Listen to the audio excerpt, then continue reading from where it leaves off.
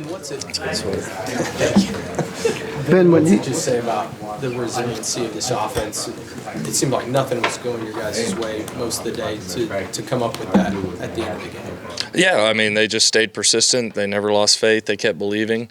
And, I mean, you'll see it on there. I mean, there's a lot of times there was like the play's there, the play's almost there, the play's almost there. And for whatever reason, there's a bunch of different reasons, whether it be a holding or a false start or a turnover or a drop ball or just things that you can't do if you really want to win and you want to sustain drives. They were just happening, but the guys never lost faith. They never quit believing and ultimately found a way to win there at the end. So incredibly proud of them.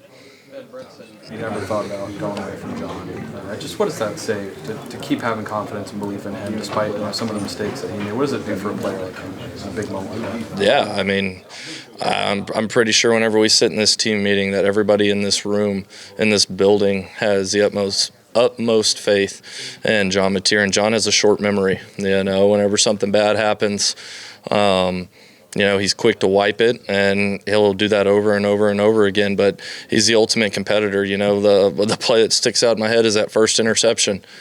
I mean, go look at his effort on that play. Push the dude out at the 3-yard line. What happened the next play? An interception, right? It's little things like that just keep on giving everybody the confidence in number 10. And, again, he's the ultimate competitor. He's always going to try and do everything that he can to win.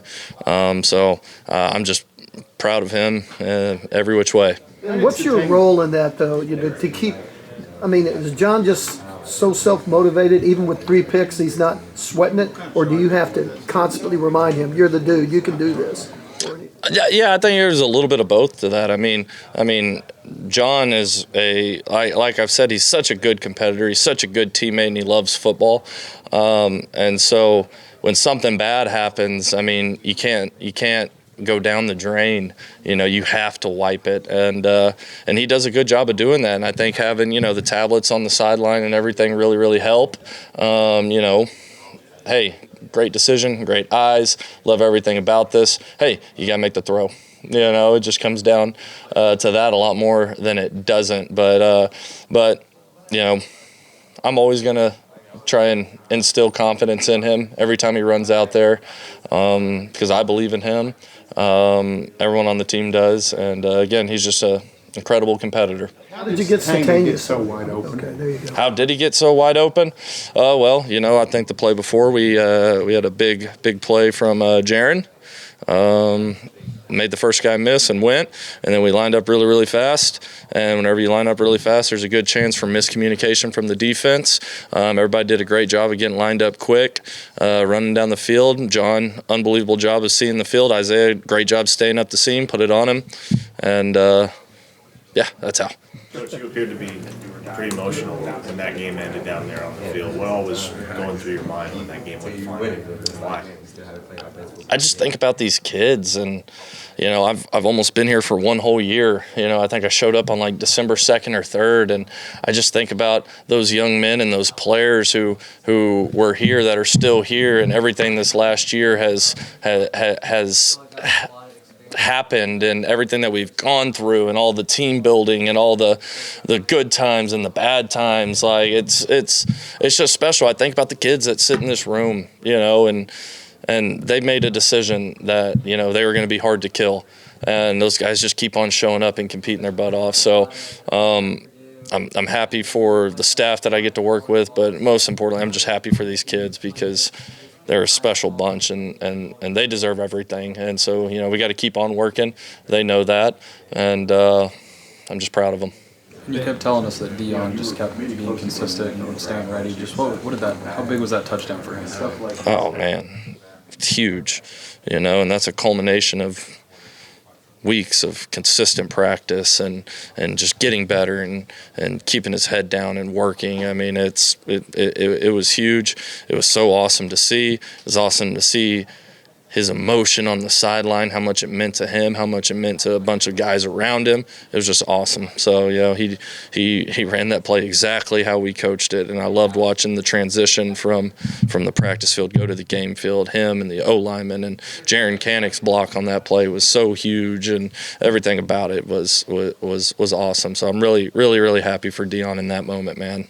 Ben, you don't have a lot of things going in the first half, and you just kept. I just imagine you have to keep going, don't you? I mean, talk about your mindset going into the second half when you came back from the first half and you probably didn't get what you wanted in the first half. Yeah, I mean, you have to keep going. I mean, there ain't no other choice, And the encouraging thing was you watch the film and everything we wanted was there. I mean, everything we wanted. And so it was really easy to go in there to those kids and say, hey, keep pushing, keep going, keep believing, focus on your job, focus on the detail of it, and we're going to get what we want in the end. And those kids did that. And so, but yeah, whenever things don't go your way or bad things happen, you can't stop. You got to keep going. So, and that's for me, that's for every player, every coach, you have to. So. Screen to Burks where he scored. Was that a LSU look you were waiting on to call that play, or why was it so wide open? Yeah, well, how the game had been going, they had gotten to where they were playing some man coverage and bringing pressures with it. On that exact play, they brought cover zero. So cover zero, they're bringing humans. There's nobody else. If you get through the front line of it, there's literally nobody. And so it was awesome job by John getting the ball out. Great job by Dion making the play. Huge block by Jaron. And, it's really cool whenever the O-linemen get to run out there and there's nobody to block. So that's cool. What does it say about Fabecci that he was ready to essentially be your emergency center and do that at a high level? I mean, it's who he's been this entire time. Just always ready whenever he needs to step up, ready for his moment. He is a true leader on this offense. And he was so awesome all week. Whenever we told him on really Sunday, hey, you're probably going to have to play center this week, he showed up on Monday ready to roll. I think he had one errant snap all week. So I had a lot of confidence in him going out there. Unbelievable job communicating, unbelievable job leading, played his butt off. I couldn't be more proud of Fabecci.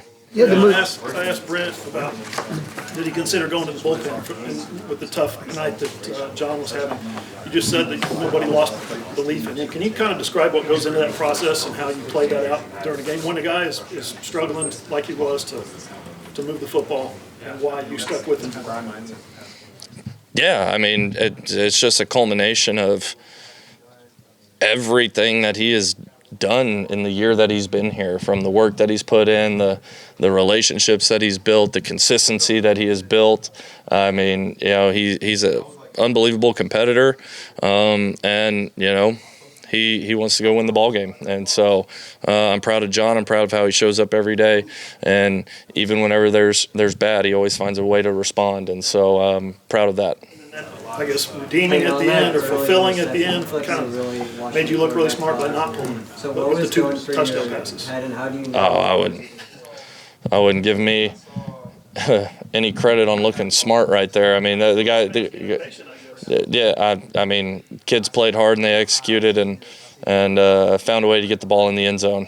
And it's not only that you had to move Fabecci to center, you had to put Foje, who started at tackle, to guard. So how did the makeshift offensive line, in your opinion, work throughout the game? I thought they did a really good job. I thought there were some unbelievable times in the run game where we broke out into the open. They did a really good job of pushing the pile in a lot of moments. And so at the end of the day, especially this late in the season, a lot of people are banged up. You have to figure out a way. You have to find a way, and our kids put their head down. They worked, and they figured out a way. So I'm really proud of that group, just the work that went into this week and the game they played today. Ben, this is a team that's very likely headed to the college football playoff. When you got here in December last year, is this where you envision you'd be right now? Yeah, I didn't come to Oklahoma not to be in these moments and in these situations, and with a leader like BV and a defensive staff and defensive mind like BV and the players that we have in this building, and then the coaches that we have on offense and the kids and the belief and buy-in that I've seen from them the entirety that I've been here. Yeah, to be in a position to have this opportunity, present itself, I think is incredible, and it's why you come to Oklahoma. Ben, we heard all the way back in fall camp that Isaiah was super reliable. To see him sustain that throughout the course of the season and do what he did tonight on top of it, just what does that say about him and what does that mean? I mean, really, Yeah. Do you think we were lying to you? No? Okay. No, he everything y'all see on Saturday is who he is all the time. You know, to his process, how he takes care of his body, to how he is, film study, and I mean, he is a really good football player, and he's a really good human, and he's a really consistent person, and so that's what you see on Saturdays. Appreciate y'all, Boomer. Thank you.